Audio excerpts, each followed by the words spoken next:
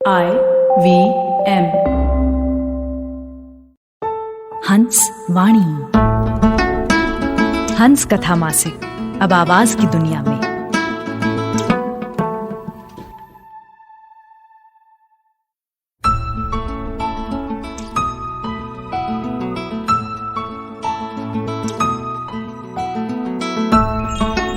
आप सुन रहे हैं हंस वाणी। पेश है श्याम जांगिड़ की कहानी नवल काका, जिसे आवाज दे रहे हैं जश्न कलम के कलाकार राजेश कुमार।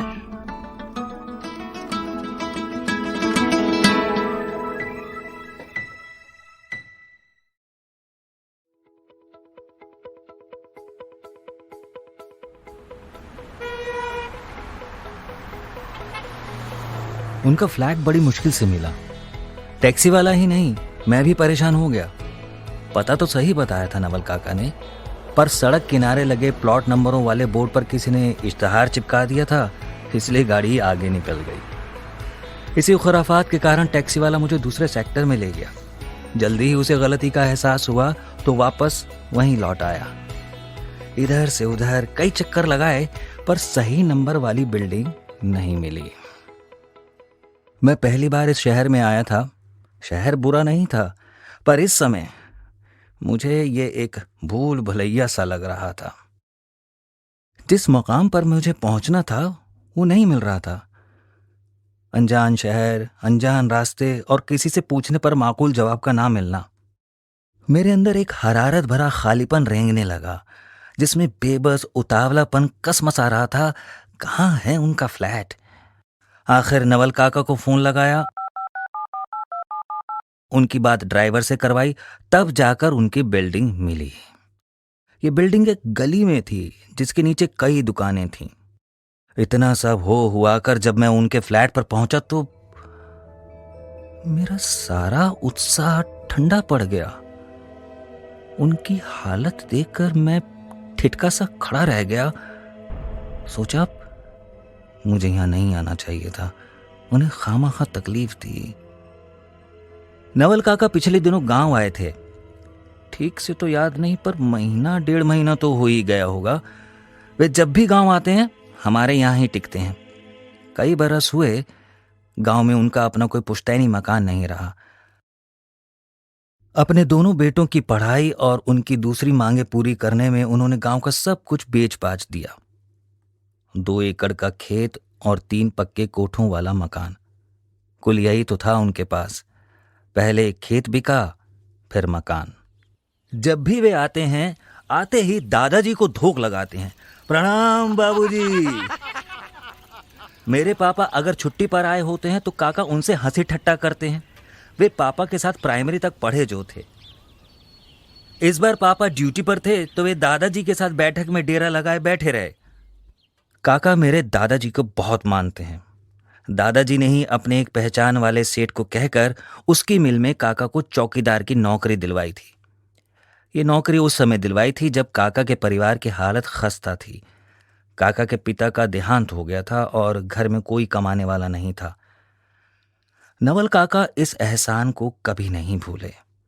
उन्होंने दादाजी को सदा पिता समान माना। नवल काका मिलनसार और संबंधों को निभाने वाले व्यक्ति रहे हैं। गांव में उनके ताऊ चाचा के परिवारों में जब भी कोई शादी गमी होती, वे बिना नागा चले आते हैं। गांव के प्रति एक मोह है जो उन्हें खींच लाता है, वरना उनके बेटे यहां से जाने के बाद कभी नहीं आए। मुझे याद है, तब मैं मिडिल में पढ़ता था। दादाजी काका को समझा रहे थे, नवलिया, तूने खेत बेच दिया, अब घर मत बेच। घर रहेगा तो बुढ़ापे में आकर तुम दोनों धनी लुगाई यहां रह लोगे। बावले, घर तो पुरखों की धरोहर है। बाबूजी, दोनों बेटों ने मेरी नाक में दम कर रखा है। जिद पकड़ी है, हमें भी यहाँ शहर में घर चाहिए। गांव वाला घर हमारे किस काम का? वहां हमें जाना नहीं, फिर क्या करोगे उस घर का? क्या साथ ले जाओगे? मैं क्या करूं बाबूजी? अब की बार वे अपने चाचा के पोते के विवाह पर आए थे। विवाह के बाद जब वे लौट रहे थे तब मेरी उनसे बात हुई थी। मैं अगले महीने आपके शहर आऊंगा। एक कंपनी में मेरा इंटरव्यू होना है। मैंने उन्हें जवेरी प्रोप्राइटरी लिमिटेड कंपनी का पता बताया। ये कहाँ है? और मैंने ऐसे पूछा जैसे काका शहर का सब कुछ जानते हो। तू मेरे पास आ जाना, सब ढूंढ लेंगे। एक दिन पहले आना होगा। तो आ जाना, इसमें सोचने की क्या बात है, मैं हूं ना वहां। उन्होंने खुश होकर और बड़े आत्मविश्वास से कहा, और उन्होंने अपने फ्लैट का पता और फोन नंबर दिया। अरे इनका फ्लैट दूर पड़ रहा हो तो किसी होटल में ठहर जाना, अपनी कंपनी वालों से पूछ लेना, सब बता देंगे। होटल में रुकने की क्या जरूरत है बाबूजी, मेरे पास आ जाएगा। नवल काका शायद इस सेवा के अवसर को खोना नहीं चाहते थे। उनका फ्लैट तीसरे माले पर था। ये 4 तल्लों वाली पुरानी इमारत थी। लिफ्ट ना होने के कारण मुझे जीना चढ़कर जाना पड़ा। ऊपर पहुंचकर मैंने डोरबेल का बटन देखा, पर वहां कोई बटन नहीं था। आखिर मैंने किवाड़ पर दस्तक दी। थोड़े विलंब से दरवाजा खुला। वे मैली से बनियान और लुंगी में थे। कई दिनों की बड़ी दाढ़ी और अस्त व्यस्त सिर के बाल। एक बार ही उन्हें ना पहचानने का भ्रम सा हुआ। अगर सड़क पर मिले होते तो मैं नहीं पहचान पाता। ऐसी हालत में मैंने उन्हें कभी नहीं देखा। गांव जब भी आए तो बाकायदा प्रेस किए हुए पैंट शर्ट में आए हैं। वहां मैंने कभी उनको ऐसी बदहाली में नहीं देखा। पल भर को मैं गेट पर खड़ा रहा। हमारे बीच एक अयाचित रूखापन खड़ा हो गया जो किसी के असमया धमकने से उभर आता है। शायद नवल काका ने यह सोच रखा होगा कि बड़े बाबू का पोता उसके यहाँ क्या आएगा, किसी होटल में ही ठहरेगा। पर मैं साक्षात सामने खड़ा था। उम्मीद थी कि मुझे देखते ही नवल काका खुशी से उछल पड़ेंगे, लेकिन वे तो भाव शून्य मूर्तिवत खड़े थे। आओ, अंदर आ जाओ। मैं अंदर दाखिल हुआ। फ्लैट में एक अजीब सा सूनापन भरा था। बूदी और बेआब दीवारें। 2 कमरों के इस फ्लैट में छोटा सा पैसेज। जिस कमरे में वे मुझे ले गए उसमें एक पुराना सिंगल बेड लगा था जिस पर एक मैली सी चादर बिछी थी। एक चिक्कट तकिया सिरहाने रखा हुआ। एक पाइप वाली कुर्सी जो इलास्टिक गायब होने पर निवाड़ से बुनी हुई थी। एक अदद स्टूल भी वहां रखा था। मैं बेड पर बैठ गया। अपना ब्रीफकेस भी मैंने बेड पर ही रख दिया। मेरी कल्पना में काका के घर का जो नक्शा बना हुआ था उससे ये फ्लैट कहीं मेल नहीं खा रहा था। मैं आता हूं। वे किचन में चले गए और काफी देर तक नहीं आए। मैं उनके कमरे का मुआयना करने लगा। दीवार पर एक गोल घड़ी जिसमें 11:20 का समय था, यानी घड़ी बंद थी। खिड़की के शीशों में 2 जगह गत्ते फंसाए हुए हैं। दूसरी तरफ साईं की फोटो वाला कैलेंडर जिस पर किसी जनरल स्टोर का नाम छपा था। शायद ये किसी परचून की दुकान का गिफ्ट होगा जिससे काका सौदा सुल्फ लाते होंगे। एक 4 फुट ऊंची बूदी सी लोहे की शेल्फ जिसका रंग उड़ चुका था। बेड के सामने एक छोटी सी मेज पर कपड़े से ढका पोर्टेबल टीवी रखा था जो शायद फिलहाल उपयोग में नहीं था। मुझ पर एक उदासी तारी हो गई। ये उदासी कमरे में थी या मेरे भीतर, कुछ नहीं कह सकता। नवल काका बड़ी सावधानी से चाय का एक कप पकड़े कमरे में दाखिल हुए। लो। काका, एक ही क्यों? मैंने अभी पी है। और वो उस निवाड़ से बनी पाइप वाली कुर्सी पर बैठ गए। मुझे अजीब लगा। 2 जनों के बीच जब एक कप से स्वागत हो तो अटपटा लगता है। ये तो गले उतराई वाली मेहमान नवाजी हुई। काका तटस्थ बैठे थे और मैं चाय पी रहा था। क्या ये वही नवल काका हैं जो गांव में आते हैं?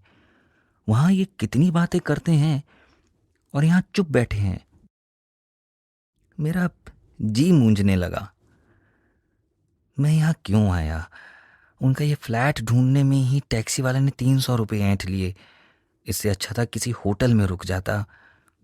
पर यह महानगर मेरे लिए अनजान था। सोचा काका यहाँ अरसे से रह रहे हैं, इनके यहाँ जाने से सुविधा रहेगी।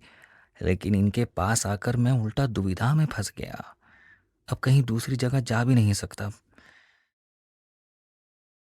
काका के इस व्यवहार ने मुझे रहस्य के गुंजलक में उलझा दिया। वे इतने उदासीन और चुप क्यों हैं? ये जावेरी प्रोप्राइटरी लिमिटेड का ऑफिस कहाँ है, आपने पता लगाया? पता लगा लेंगे। और खाली कप लेकर किचन में चले गए। वापस आकर उन्होंने अपना वो लोहे का शेल्फ खोला, उसमें रखे अपने पैंट बूशर्ट निकाले, लुंगी खोलकर बेड पर फेंकी और पैंट पहन ली। बूशर्ट पहनकर कपाट पर पड़े कंघे से अपने खिचड़ी बाल काढ़े। आओ पता लगाते हैं। मैं खड़ा हो गया और उनके साथ हो लिया। फ्लैट के दरवाजे पर ताला लगाकर चाबी उन्होंने पैंट की जेब में रखी और सीढ़ियों की ओर बढ़ गए। बाहर ढलते सूरज की तिरछी किरणें इमारतों के ऊपरी तल्लों पर सुस्ता रही थीं। काका बिना बोले फुटपाथ पर चलते रहे, मैं उनके पीछे पीछे। रास्ते में रुककर वे ज़वेरी कंपनी का पता पूछ रहे थे, पर किसी ने नहीं बताया। कई तो ऐसे मिले जो बिना सुने आगे बढ़ गए। 1-1.5 किलोमीटर भटकने के बाद मैंने काका से कहा, काका ऐसे पार नहीं लगेगी, टैक्सी कर लेते हैं। देख लो। मैंने एक टैक्सी रोकी और उसे कंपनी का नाम पता बता दिया। करीब 5 किलोमीटर दूर वो कंपनी ऑफिस मिला। टैक्सी वाले ने 150 रुपया ले लिया। टैक्सी से उतरकर मैंने काका को वहीं रुकने को कहा और मैं ऑफिस के अंदर चला गया। रिसेप्शन पर पूछने पर संतोष हुआ कि ये ज़वेरी प्रोप्राइटरी लिमिटेड का मेन ऑफिस है, जहां कल मेरा इंटरव्यू होना है। लौटते वक्त जब मैं टैक्सी करने लगा तो काका ने सिटी बस की सलाह दी। शायद उन्हें मेरे 150 रुपये खर्च हो जाने का अफसोस रहा होगा। वे मुझे बस स्टॉप पर ले आए। से सड़क पर वाहनों की रेलम पेल ची पौ। तभी एक बस आई। वहां खड़े लोग उसके फाटक की ओर लपके, ये हमारी नहीं है, 16 नंबर आएगी, उसमें बैठना है। स्टॉप पर भीड़ कुछ कम हुई। तभी मेरी नज़र एक ठेले पर पड़ी जो बर्गर बना रहा था। मुझे भूख लगी थी। मैं घर से सुबह 9 बजे केवल नाश्ता करके चला था। सोचा दोपहर का भोजन काका के यहाँ कर लेंगे, पर काका ने खाने की चर्चा ही नहीं की। काका बस आती रहेगी, पहले एक एक बर्गर खा लें। वे कुछ नहीं बोले, मेरे साथ हो गए। मैंने ठेले वाले को 2 बर्गर के लिए कह दिया। उसने जल्दी ही 2 कागज की प्लेटों में हमें बर्गर थमा दिए।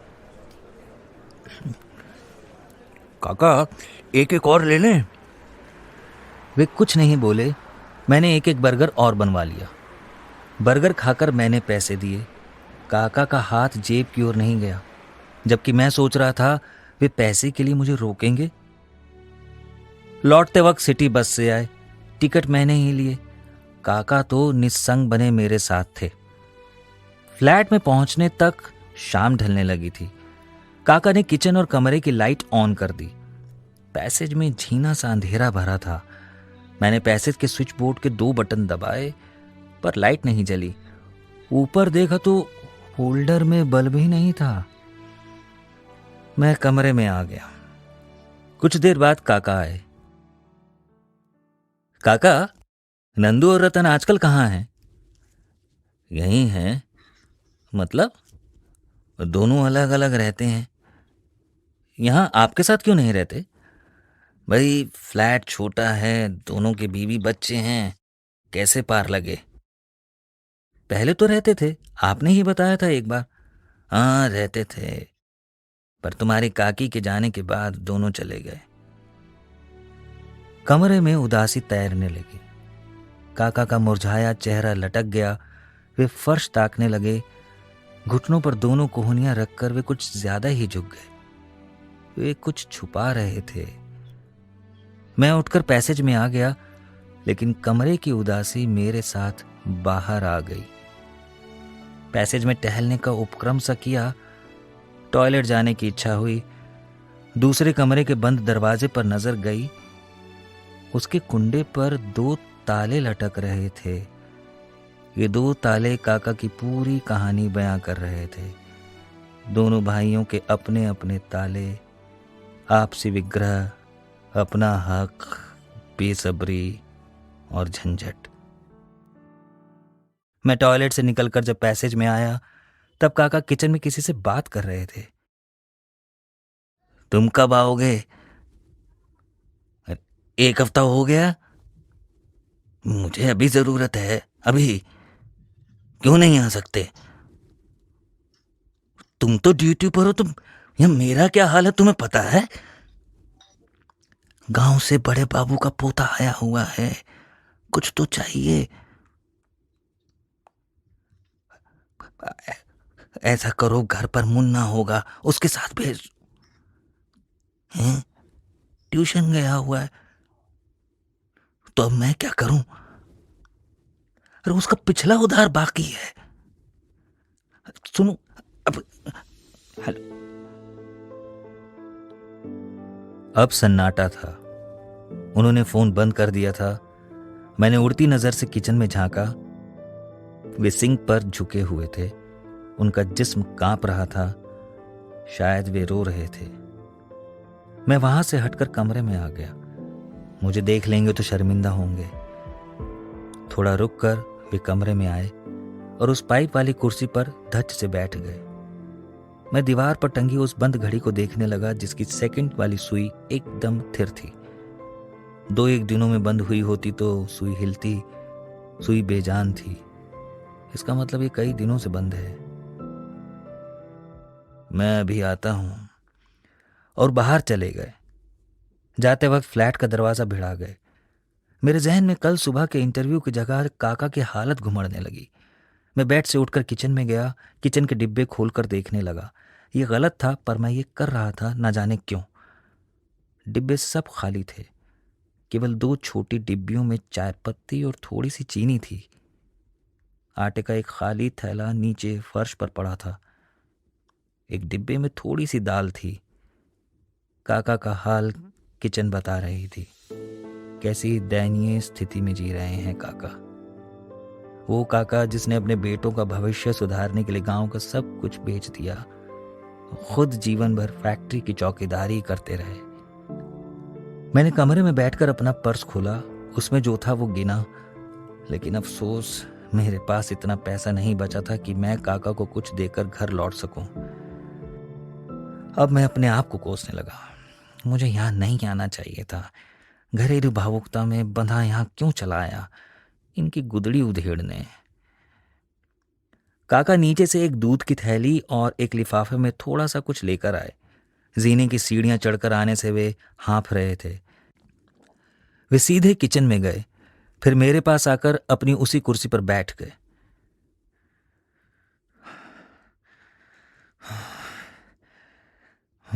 बन्ना, तुम चावल खा लोगे ना? हाँ हाँ, चावल बना रहे हो? हाँ। बन्ना, तुमसे क्या छुपाना। छुटका रतन हफ्ते 10 दिन में राशन दे जाता है। अब की 15 दिन हुए नहीं आया। बड़े वाला तो एकदम बदकार निकला, कुछ नहीं देता। मेरी पेंशन से काम कैसे चले? गैस और बिजली का खर्च ही पूरा नहीं होता। काका ने चावल और पतली सी दाल बनाई और थाली में लेकर आए। बन्ना, तुम घी में रोटी चूर कर खाने वाले हो, चावल तुम्हें क्या जचेंगे? कैसी बात करते हो काका, चावल क्या बुरा है? काका ने 2 बार पूछकर मुझे दाल चावल खिलाया। मैं नाना करता रहा, फिर भी उन्होंने थोड़ा थोड़ा चावल 2 बार थाली में डाला। खाते वक्त मुझे ये फिक्र थी कि सारा चावल मैं ही खा जाऊंगा तो काका क्या खाएंगे। जो छोटा सा लिफाफा वे नीचे से लेकर आए थे उसमें कितने चावल होंगे? यही कोई 100-150 ग्राम।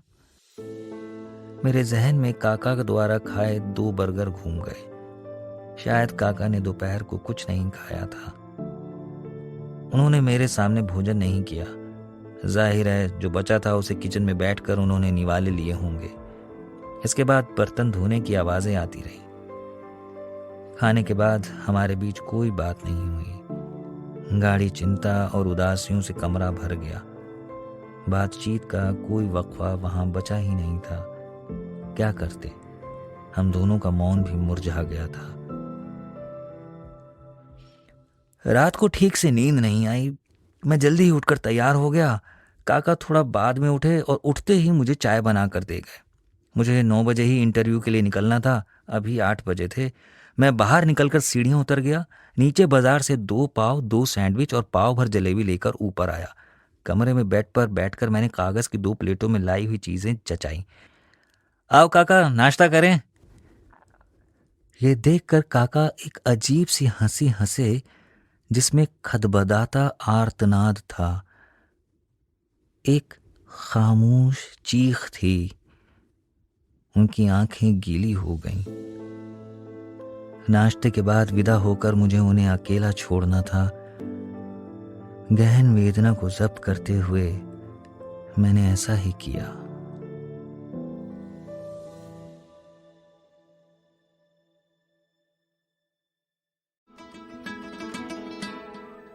आपने सुनी जश्न कलम के कलाकार राजेश कुमार की आवाज में श्याम जांगिड़ की कहानी नवल काका। ये कहानी हंस पत्रिका के मार्च 2021 अंक में प्रकाशित हुई थी। सुनिए हंस वाणी को hanshindiMagazine.in पर या IVM पॉडकास्ट ऐप और वेबसाइट पर या फिर अन्य पॉडकास्ट ऐप्स पर। आशा है इस नए सफर में हमें आपका प्यार और साथ मिलेगा।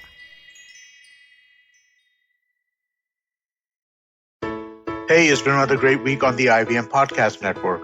On Advertising is Dead, Jimmy's Cocktail founder and CEO Ankur Bhatia shares insight on the home bar experience. Hans, India's most widely read Hindi literary magazine, is now available as Hans Vani, a podcast on the IVM network. Do check out curated stories, poems, ghazals, and a whole lot more. For a glimpse of Marathi culture through the ages, do check out Marathi Kid Ki Tun for a glimpse of sweet nostalgia. Did you know people pay more attention to YouTube ads and TV ads? Get smarter with Sid as he explores some of the reasons. On The Habit Coach, Ashton talks to Angus Nelson and they talk about manhood, myths, coaching, and a whole lot more. And on The Wire Talks, learn more about the unrecognized women screenwriters of Bollywood. Do follow us on social media. We're IVM Podcast on Twitter, Facebook, Instagram, and LinkedIn. And remember, if you're enjoying this show or any other show for that matter, please do tell a friend. That's really helpful for us. And finally, we'd like to thank the sponsors on the network this week, Ciet Cred, Bank of Baroda, Intuit India, and CoinSwitch Kuber. We really do appreciate the support. सफर, रास्ते, मंजिल और मुकाम अक्सर ये हमसे कुछ कहना चाहते हैं, पर हम हैं कि अपनी रोजमर्रा की जिंदगी में इन्हें सुनने से कतराते हैं। नमस्ते दोस्तों, मेरा नाम है केशव चतुर्वेदी और मैं आपको ले चलूंगा कुछ ऐसे सफर पर जहां आपको एक नया नजरिया मिलेगा सफर और मंजिलों को देखने का। आइए इन किस्से कहानियों में डूब जाएं। हर मंगलवार और शुक्रवार